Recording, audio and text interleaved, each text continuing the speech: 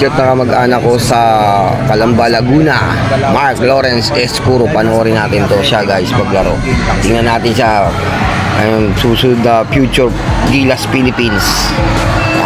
Yeah, this is Boyet Escuro, Robolin Escuro, anak ni Romulo Escuro. May skills nga siya na pagiging athletic sa loob ng court. Magaling sa shooting lalo na sa labas ng tres. Aggressiveness niya, napakaraming dunk package lalo na kay mga windmill, 200 dunks. Galing gumalaw. Dunks of one. May shooting, may driving, may dunk lang. Galing. Kaya naman sa kadahilanan ito, ay maraming mga kabataang nabibilip sa kanya at umiidolo dahil nga dito, dahil nga mahilig yung mga kabataan sa mga athletic players. Maraming mag-scout dito pag nakita ng maglaro. Laging laman nito ng mga ligang labas sa kanila, mapa-inter-barangay man, inter-commercial, invitational at marami pang iba na talagang dinodominate nila at pagsabay nito yung paggawa niya ng ingay sa kanilang barangay. Dahil nga dito sa pakikipag-compete niya sa mga ligang labas ay sunod-sunod na titulo ng mga championship, mga mythical awards at mga medalya pa ang mga natanggap niya.